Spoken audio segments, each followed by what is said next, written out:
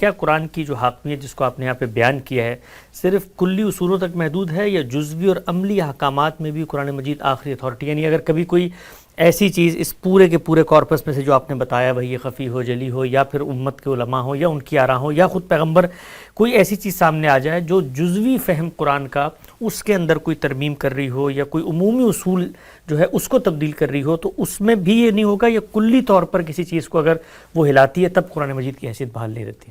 ہم اگر دین کا مطالعہ کریں تو اس میں بنیادی طور پر تین ہی چیزیں ہیں. یعنی ہمارے ایمانیات ہوں گے، ہمیں جو اخلاقی حدود ہر حال میں ملحوظ رکھنے ہیں ان کی شرح و وضاحت ہوگی جی، اور اسی طریقے سے شریعت بیان کی جائے گی. اس میں جہاں تک ایمانیات کا تعلق ہے ان کے مبادی تو بڑی حد تک ہماری فطرت میں ودیعت ہے، لیکن قرآن مجید نے، اللہ کے پیغمبروں نے اس سے پہلے ایک ایک چیز کو متعین کر دیا ہے. یعنی مثال کے طور پر وہ کیا چیزیں ہیں جن پر ہم ایمان لانے کے مکلف ہیں، جن پر ایمان کے لیے ہم جواب دہ ہو جائیں گے. ٹھیک، اگر اجمال سے آگے تفصیل بھی ہم تک پہنچ گئی ہے اور ظاہر ہے کہ وہ پیغمبروں کے ذریعے سے پہنچی ہے تو وہ 5 چیزیں متعین کر دی گئی ہیں. ٹھیک، اس میں یہ بتا دیا گیا ہے کہ ہمیں اللہ پر ایمان لانا ہے، ہمیں فرشتوں پر ایمان لانا ہے، ہمیں اللہ تعالیٰ کے پیغمبروں پر ایمان لانا ہے، اس کی کتابوں پر ایمان لانا ہے اور قیامت کے دن پر ایمان لانا ہے. ٹھیک ہو گیا. یہ 5 چیزیں ہیں. یہ 5 چیزیں بالکل تعین کے ساتھ قرآن میں بیان ہو گئی ہیں اور اس طرح بیان ہو گئی ہیں کہ ان کے نتائج بھی اللہ تعالیٰ نے بیان کر دی ہیں. یعنی یہ ایمان ہے، یہ ایمان مفصل ایمان ہے. اس ایمان پر جب تم شرح صدر کے ساتھ پورے اطمینان کے ساتھ اپنے اقرار کا اظہار کر دیتے ہو تو اس کے بعد تمہارے لیے بشارت ہے. ظاہر ہے کہ اس کے حوالے سے تو جو کچھ بھی اب ہوگا وہ اس کے تحت ہوگا. ٹھیک، اس میں کوئی چیز بھی باہر سے آ کے اثر انداز نہیں ہو سکتی. باہر سے آ کے اثر انداز ہونے کا مطلب یہ ہے کہ یہ 5 چیزیں اللہ تعالیٰ نے بیان کر دی ہیں، آپ کہیں کہ ایک چھٹی چیز ہم بھی بتائیں گے، یہ نہیں ہو سکتا. ٹھیک، ان کے کچھ لوازم بھی ہیں. یعنی جب آپ یہ 5 چیزیں بیان کرتے ہیں تو قرآن مجید میں ان کے کچھ لوازم بھی بیان ہوئے ہیں. مثلا اللہ تعالیٰ پر ایمان کا یہ لازمی تقاضا ہے کہ ہم کسی کو اس کے ساتھ شریک نہ ٹھہرائیں. ٹھیک، وہ خالق ہے، وہ تنہا خالق ہے، اسی کا امر اس کائنات میں کار فرما ہے، اس کے اس امر میں کوئی اس کے ساتھ شریک نہیں ہے، کوئی اس کی ذات سے نہیں ہے، وہ کسی کی ذات سے نہیں ہے.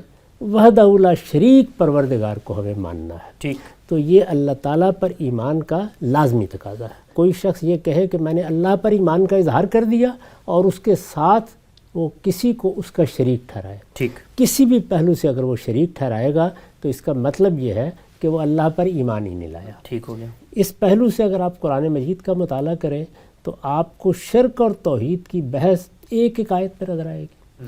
یعنی وہ بار بار متنبع کرے گا تمہارا پروردگار کون ہے، پیغمبروں کی دعوت نقل کرے گا، پیغمبروں کی دعوت کو اس تکرار کے ساتھ نقل کرے گا کہ وہ آئے، فلاں آئے، انہوں نے آ کے کیا کہا، عبد اللہ ولا تشرکوا بہ، عبد اللہ ولا الہ غیرہ، اللہ ہی کی بندگی کرو، اللہ کے بندے بن کر رہو، اس کے سوا کوئی تمہارا معبود نہیں ہے.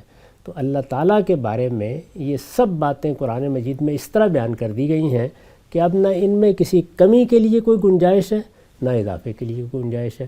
ان میں کمی کی جائے یا اضافہ کیا جائے، دونوں صورتوں میں اللہ کی سند پیش کرنی پڑے گی، اور قرآن سے بڑھ کر اب اللہ کی سند کون سی چیز ہو سکتی ہے. چنانچہ جو اس سے پہلے کتابیں نازل ہوئی ہیں ان کا بھی اگر کوئی بیان ان امور سے متعلق ہے تو اسی روشنی میں ہوگا. دوسری چیز یہ کہ فرشتے، تو فرشتوں کے بارے میں بھی اللہ تعالیٰ نے وہ تمام چیزیں بیان کر دی ہیں جو لوازم کی حیثیت رکھتی ہیں. یعنی ان کو اللہ کے بندے سمجھ کر مانا جائے، ان کی غیر معمولی قوتوں اور صلاحیتوں کے باوجود ان کے بارے میں اس سے زیادہ کوئی تصور نہ رکھا جائے کہ وہ اللہ تعالیٰ کے بے دام غلام ہیں. وہ ہر وقت اس کے سامنے کھڑے ہوئے ہیں، وہ اس کی تسبیح و تقدیس کرتے ہیں، وہ اپنی طرف سے کوئی بات نہیں کر سکتے. تو یہ چیزیں بھی قرآن مجید نے بڑی وضاحت کے ساتھ بیان کر دی ہیں، بلکہ بعض موقعوں پر خود فرشتوں کی زبان سے یہ باتیں بیان کی گئی. یعنی وہ بیان کرتے ہیں کہ ہمارے لیے کوئی اختیارات نہیں ہیں، ہم اپنی مرضی سے نہیں آ سکتے، ہمیں جو حکم دیا جاتا ہے ہم اس کا امتثال کرتے ہیں. پیغمبروں کے بارے میں بھی یہ بتا دیا کہ ہمارے پیغمبر آ کر لوگوں کو یہ نہیں کہتے کہ ہماری بندگی کرو، وہ اللہ کی بندگی کی دعوت دیتے ہیں۔ وہ بھی تمہاری طرح انسان ہی ہوتے ہیں، بشرم مثلکم، وہ تمہاری طرح انسان ہوتے ہیں لیکن ہم ان کا انتخاب کر لیتے ہیں، ان کا استفاع کرتے ہیں تو اس لیے کرتے ہیں کہ وہ خیار الناس ہوتے ہیں، ان کو ہم یہ ذمہ داری دیتے ہیں، وہ ہماری نگرانی میں یہ سب کام کرتے ہیں۔ اس میں خاص طور پر رسول اللہ صلی اللہ علیہ وسلم بھی چونکہ اللہ کے پیغمبر ہیں تو آپ پر ایمان کے بھی بعض لوازم بیان کیے گئے ہیں۔ مثال کے طور پر یہ کہ آپ صرف نبی نہیں ہیں، اس کے ساتھ رسول بھی ہیں۔ اسی طرح یہ کہ آپ کی بعثت الی الخلق کافہ ہوئی ہے، یعنی پوری دنیا کے لیے، پوری انسانیت کے لیے۔ دنیا میں جہاں کہیں انسان ہیں، آئندہ پیدا ہوں گے، وہ سب اس کے مکلف ہیں کہ آپ کے بارے میں سنیں تو آپ سے اللہ کا دیا ہوا علم حاصل کرنے کی کوشش کریں۔